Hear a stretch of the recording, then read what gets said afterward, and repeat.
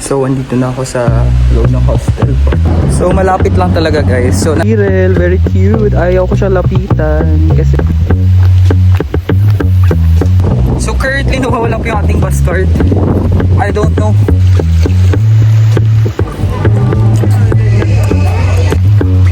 Gusto ko sana sumakay dyan eh. Pero Good morning! So, magkasunod yung day off ko ngayon. Monday and Tuesday. Napagdesisyonan kong gumala mag-isa for the first time. Usually, kada alis namin dito sa Israel, talagang grupo kami may kasama. But now, gusto kong masubukang mag-travel mag-isa. Kung kaya ko ba talaga, nakakaba. But at the same time, it's fulfilling.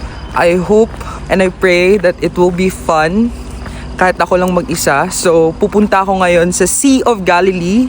Nasa Tiberias siya, northern part of Israel. And mahaba-habang biyahe ngayon. And yes, sana makarating ako ng maaga doon. Samahan niyo ako sa biyaheng ito. Dito na ako sa bus stop and naghihintay ako ng bus papuntang Beersheba. So from Beersheba, pupunta tayo ng Tel Aviv.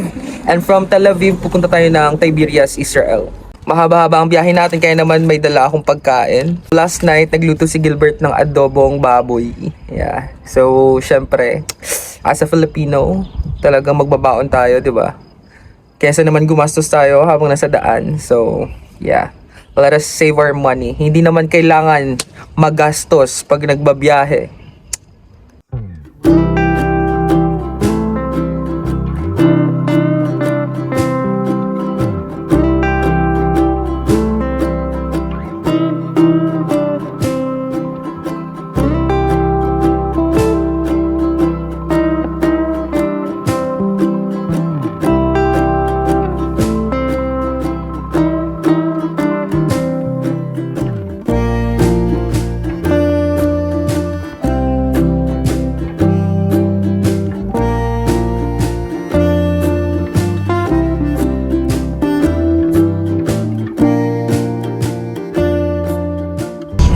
So guys, nandito na tayo sa Beersheba and we're off to Tel Aviv. Sakto pagdating ko may bus agad. So time check, it's already 6:30 in the morning.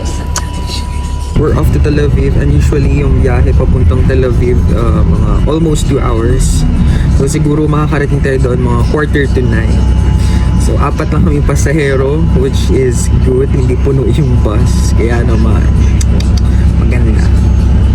So, sumikat na yung araw, guys.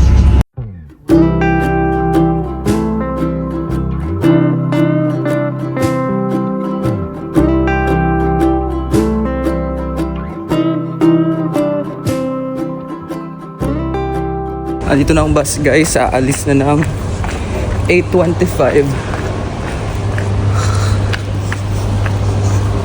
Nandito na ako sa Tel Aviv and saktong-sakto. After ko mag-CR guys, nandito na yung bus.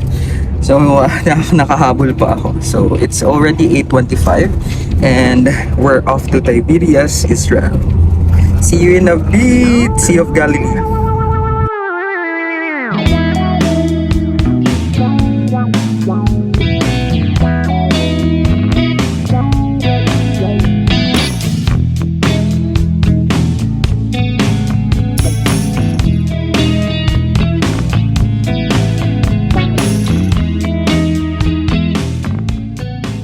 Hello guys, touchdown Tiberias.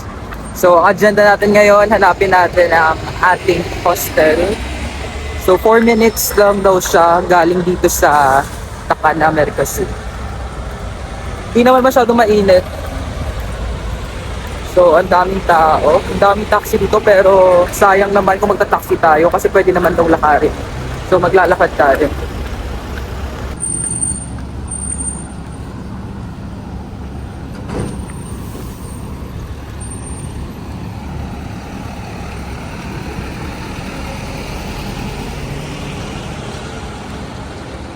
So malapit lang talaga guys. So nakita ko na yung aking tutulugan.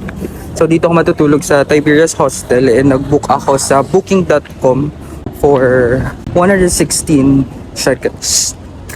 One night lang. Uwi na tayo bukas agad.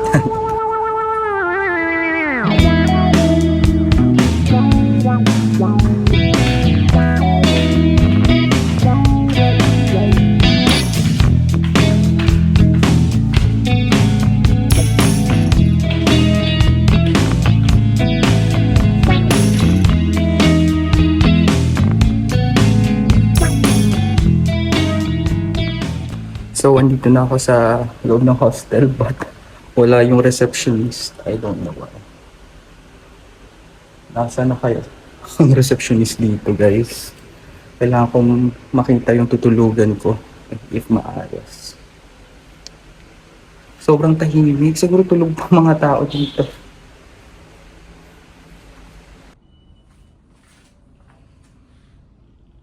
So, story time. So, lalabas na dapat ako kasi yung check-in ko is 2 p.m. pa. Pagkababa ko, nakita ko yung may-ari. At sabi niya, pwede na daw ako mag-check-in. So, nandito na ako sa kwarto. And solo ko yung kwarto, guys. And it's a good thing na solo ko yung kwarto. Siya nila ako ng bedsheets. Ako palang magbe-beddings kasi tingnan nyo naman. Walang mga bedsheets pa dito. So, ano pala dito? Sariling sikap. So, yeah, hindi na ako magre-reklamo kasi I only paid 116 shekels. It's very cheap, no? Para may matulugan tayo dito. So, hindi naman tayo mag-stay dito. Aalis din ako. Lalagay ko lang yung gamit ko dito and pupunta tayo ng Capernaum, the town of Jesus. That is our first location. Huwag na nating sayangin yung oras natin dito kasi tomorrow, uuwi na rin tayo. Overnight lang tayo dito. So, yeah. So, baba tayo, guys, kasi wala silang cover para sa, duvet. So, hingi tayo kasi binigay sa akin 2 bedsheet lang. Wait, uy, dito pala yung kanilang dining. May sarili silang, dito, guys, kusina. Eto for staff only. Eto para sa mga guests. So pwede ako magluto dito. Good thing may microwave. Yung microwave ko yung dala kong pagkain.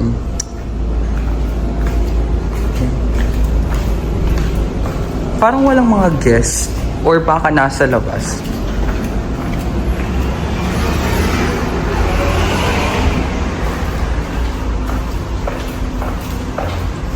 Women's toilet and shower. Uy, merong bilyaran. May water fountain. Dito ang sa pandala.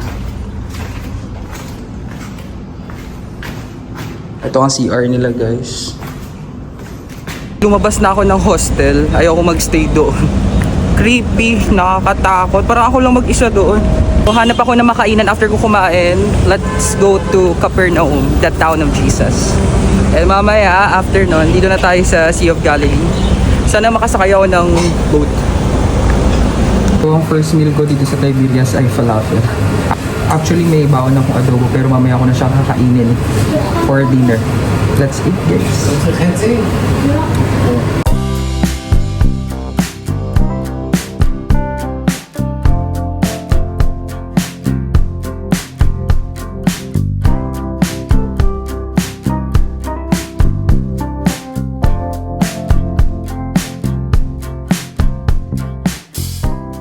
So guys, kung naghahanap kayo ng masarap na falafel, so kain kayo dito. Hindi ko alam kung anong address, basta ito yung itsura. Dito ako kumain ng lunch ko. It's already 12 and I'm off to Capernaum.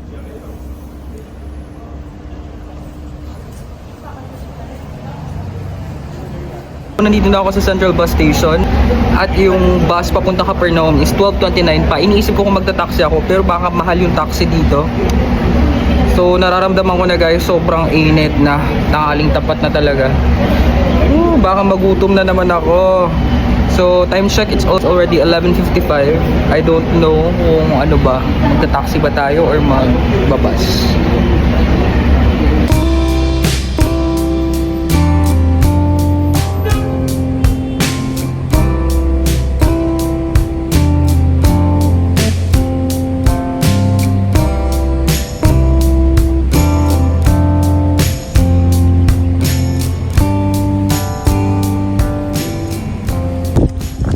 Hello guys, so nandito na ako sa Capernaum. This is the town of Jesus.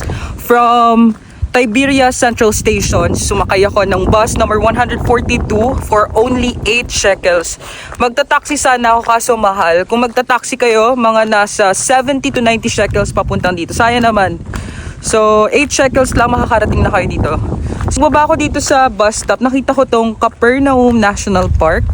At titignan ko kung anong meron dito, guys, bago tayo pumunta sa town ni Jesus. I'm really excited. It's really hot, kaya dapat may dala kayong tubig, payong, mag-sunscreen kayo or sunblock kasi napakainit. Ooh.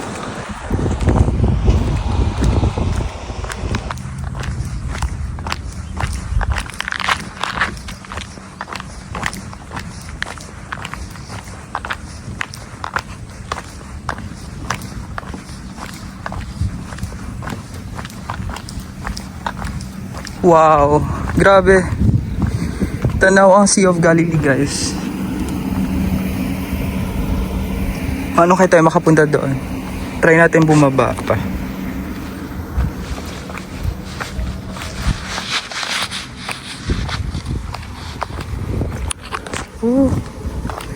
Dito tayo sa baba. Grabe ang init.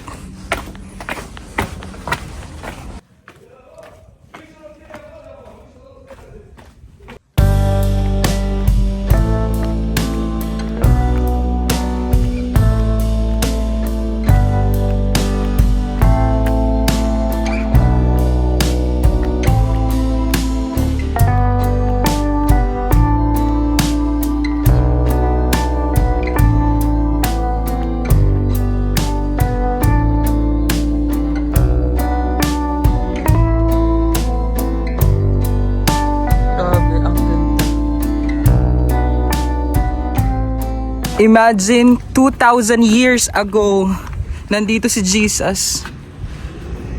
Woo!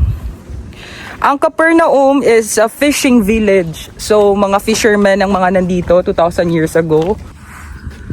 At dito rin nakita ni Jesus ang kanyang mga disciples. Si Peter, si Andrew, si John. Sila yung mga fishermen. At taga dito sila mismo sa Capernaum. Ang ganda. Paano ba mag-picture dito? Mahirap pala mag-isa. Kailangan ko ng tripod. May tripod sana ako kaso malaki pala, mahirap isiksik sa bag ko. Backpack lang kasi dala ko eh. Guys, may squirrel. Very cute. Ayaw ko siya lapitan kasi busy siya. Solong-solo kong lugar. So, problema ko ngayon, paano mag-picture mag-isa? Yun nga, iniwan ko kasing tripod ko kasi nabibigatan ako. Wait. Guys, update. Nagsisi ako. Sana nag-taxi na lang ako. Oh, layo pala. Alam nyo ba? Dun sa binababaan ko, babalik pa pala ako, maglalakad ako kasi wala palang bus stop dito. Pero finally, thank you Lord, dito na ako sa Capernaum, the town of Jesus. Nagsilong na ako dito sa puno ng mangga. At yung mangga nila guys, parang hindi ko alam mangga ba siya, but color violet yung mangga. Grabe.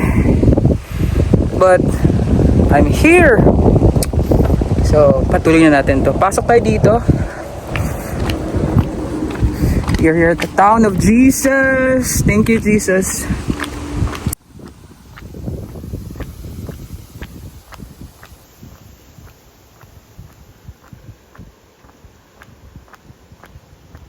So andito na ako. Pero di ko alam kung may entrance fee ba. Parang walang nagtutour today. I don't know if it's closed or open. Bakit bumalik yung sasakyan? What? I have a beautiful view of Sea of Galilee. Ganda.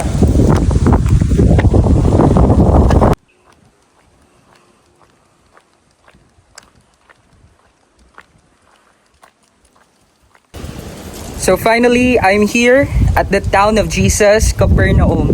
So Capernaum again, ito ay isang fishing village. So yung source of income nila 2,000 years ago ay pangingisda. At dito ang tirahan nila. Simon Peter, Andrew, John.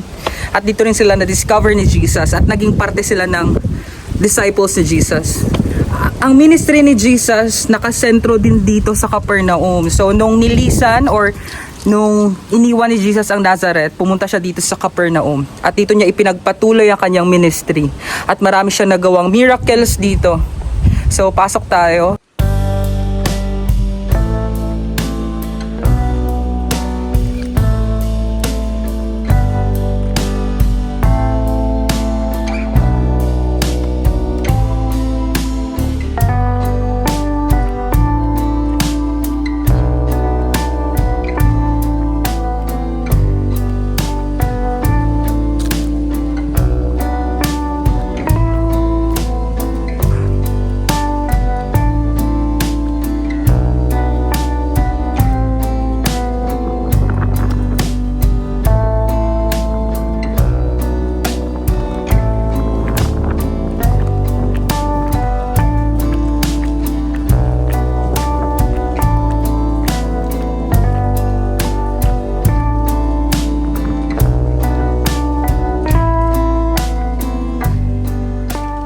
So, nandito ako sa bahay ni Peter. Ayan. So, according to them, ito daw yung mga naiwan sa bahay ni Peter.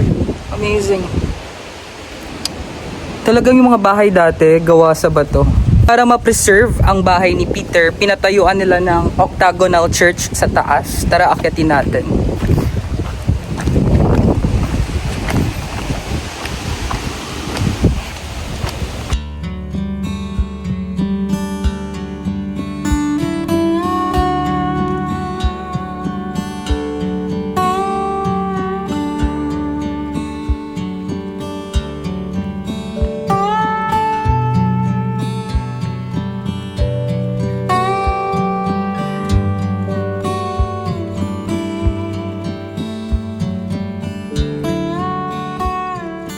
So we are inside the remains of the Synagogue of Jesus. Imagine 2,000 years ago, nagtuturo si Jesus dito. Nag-share siya ng word ni Lord. Grabe. At maraming sumunod sa kanya. Kasama niya mga disciples niya dito sa mission na ito. Amazing. Look at this.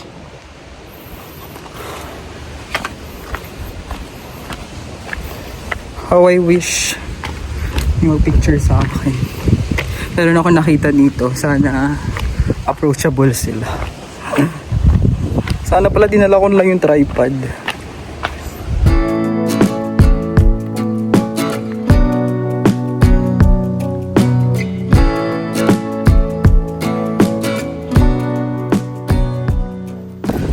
Update guys. So currently nawawala po yung ating bus card. I don't know where it is. Sobrang init. Binalikan ko na po yung dinaan ko kanina. But yeah, hindi ko nakita. I don't know kung nasaan na. Nasa bulsa ko lang yun. Dapat nilagay ko sa bag ko. Kainis. So, second option, kung may taxi, magta-taxi. The last option ay makikihitch tayo. Hitch. Sana may magpapasakay. Hello guys, so story time. Nawala ang aking bus card, but may nagpasakay sa akin. Shout out kay Shakar and kay Karen. Thank you so much sa pagpasakay. Kumuha ko ng bagong bus card and then nag-ikot-ikot na ako dito sa Tiberias. Pumunta ako ng Sea of Galilee pero sarado na yung boat ride. Sasakay sana ako ng boat. Bukas ng umaga, sana meron kasi uwi na ako bukas eh. Sana makasakay ako ng barko. Grabe, ang init sa labas. Grabe ang experience sa ito. Hirap pala mag solo rin no. Pero ang dami naman, ang daming nakakatawang pangyayari. So nakihitch ako, ang daming dumaan na sasakyan, ang daming hindi pumayag. But merong good Samaritan, si Shakar and si Karen. Thank you so much sa pagpapasakay. So yan, kakain lang ako and lalabas ako mamaya. Hanap ako ng baka may barbecue dyan mamaya sa may tabi ng lake. So ayan guys, ang dinner natin, dala ako ng adobo.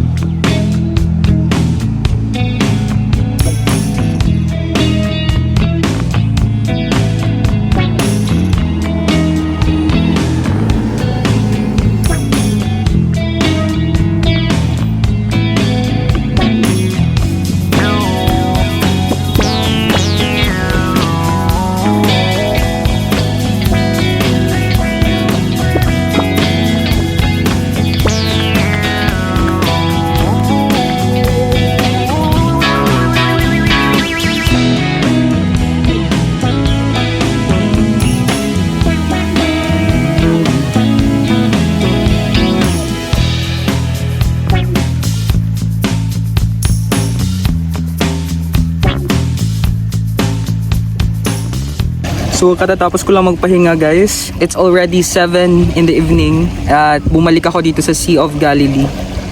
Grabe no, napakaganda, napaka-peaceful ng lake. And this lake is also called Kinneret from the word Kinnor. So hugis harp daw siya. Alam niyo yung instrument. ancient harp, kaya tinawag na Kinneret in Hebrew. So, sa Sea of Galilee, maraming miracles din na nangyari. Dito naglakad si Jesus. Dito tinulungan ni Jesus mangisda ang mga disciples, as in, ang dami nilang nakuha ang mga isda. Wow. May nangingisda doon. What?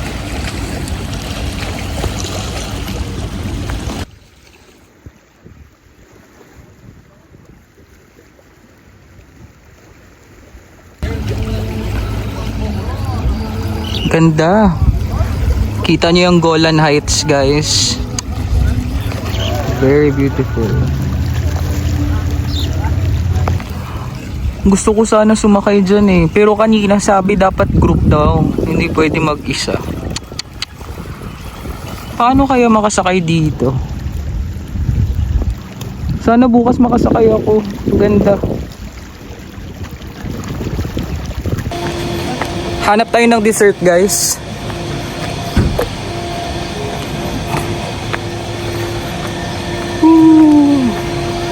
Paakyat. Guys, tingnan nyo, guys. They're riding a donkey. Cutie.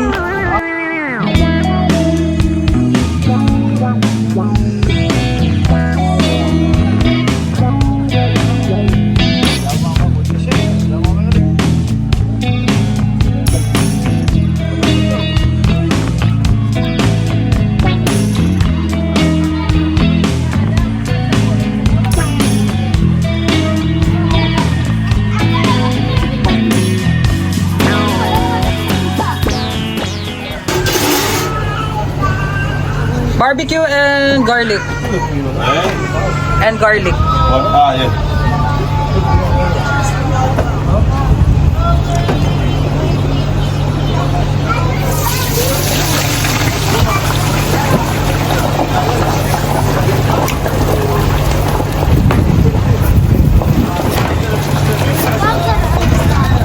Oh, gadol.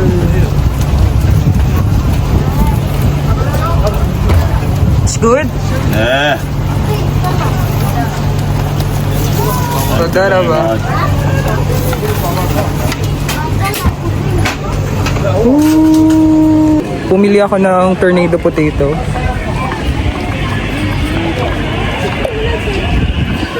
Ano maganda i-partner dito? I think pizza. May horror house dito.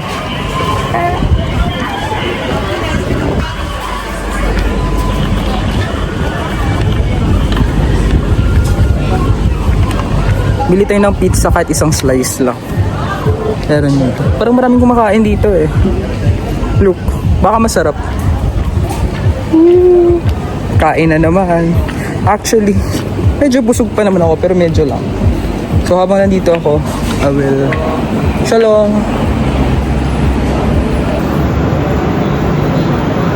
Ooh, tada. Yes, ketchup? Ah, siya. Tada raba.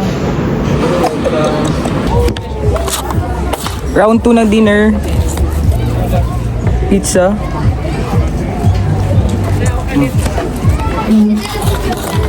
Amen, sige.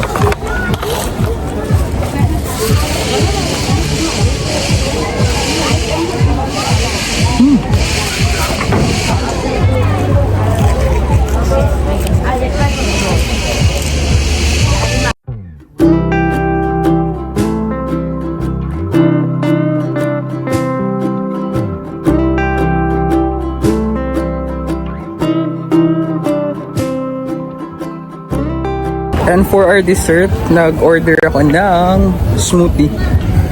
So, uwi na tayo guys. Balik na tayo sa hostel. At matutulog na tayo.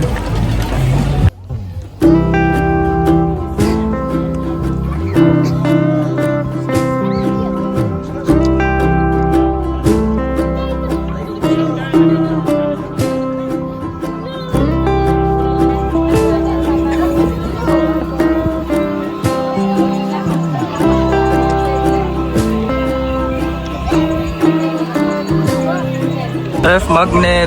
Ang mahal ng ref magnet. Hello, good morning. Time check, it's already 5:41 in the morning. Papunta ako ng lake. Maliligo. And after that, uwi na ako ng apartment sa Dimona. So, siguro, balik na lang ako dito next time para mag-boating. Kasi, wala pa sarado pa At ayoko na rin gabihin sa pag-uwi na para makauwi tayo ng maaga. See you on my next vlog. Bye!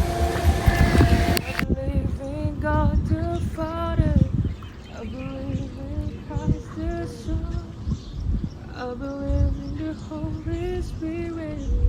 Oh, God is free and full. I believe in the resurrection. We will not again. Oh, believe in the name of Jesus. I wanna be your life.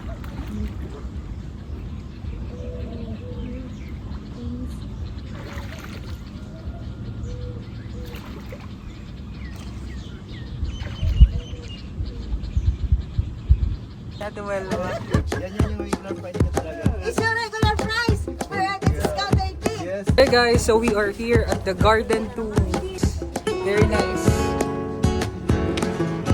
Yes, I am back here at Nativity Church for the third time. Okay, Bethlehem, Beit Jala, Netzach. Where is Beit Jala? It's not